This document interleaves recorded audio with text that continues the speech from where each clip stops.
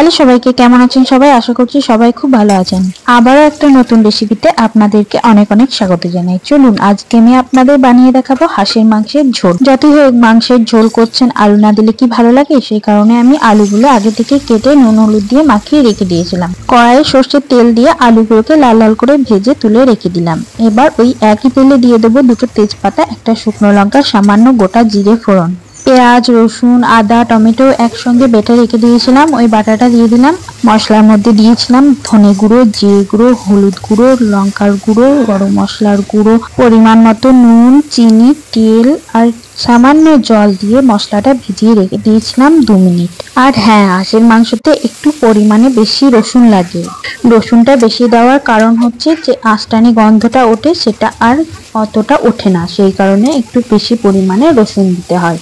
এবার পেঁয়াজ রসুনের পেস্টটা একটু ভাজা ভাজা হয়ে আসলে মশলাগুলো দিয়ে ভালো করে কষিয়ে নিতে হবে। মশলা কষানো হয়ে গেলে ধুয়ে রাখা হাঁসের মাংসটা দিয়ে ভালো করে মশলার সাথে কষিয়ে নিতে হবে।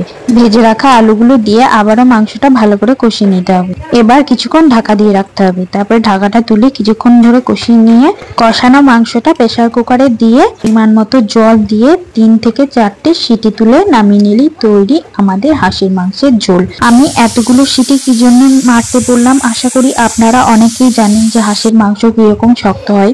আর হ্যাঁ, হাঁসের মাংস কার কার ভালো লাগে কমেন্ট করে জানাতে ভুলবেন না। কিন্তু দেখা হচ্ছে অন্য কোনো রেসিপিতে। ততক্ষণ সবাই ভালো থাকবেন, সুস্থ থাকবেন।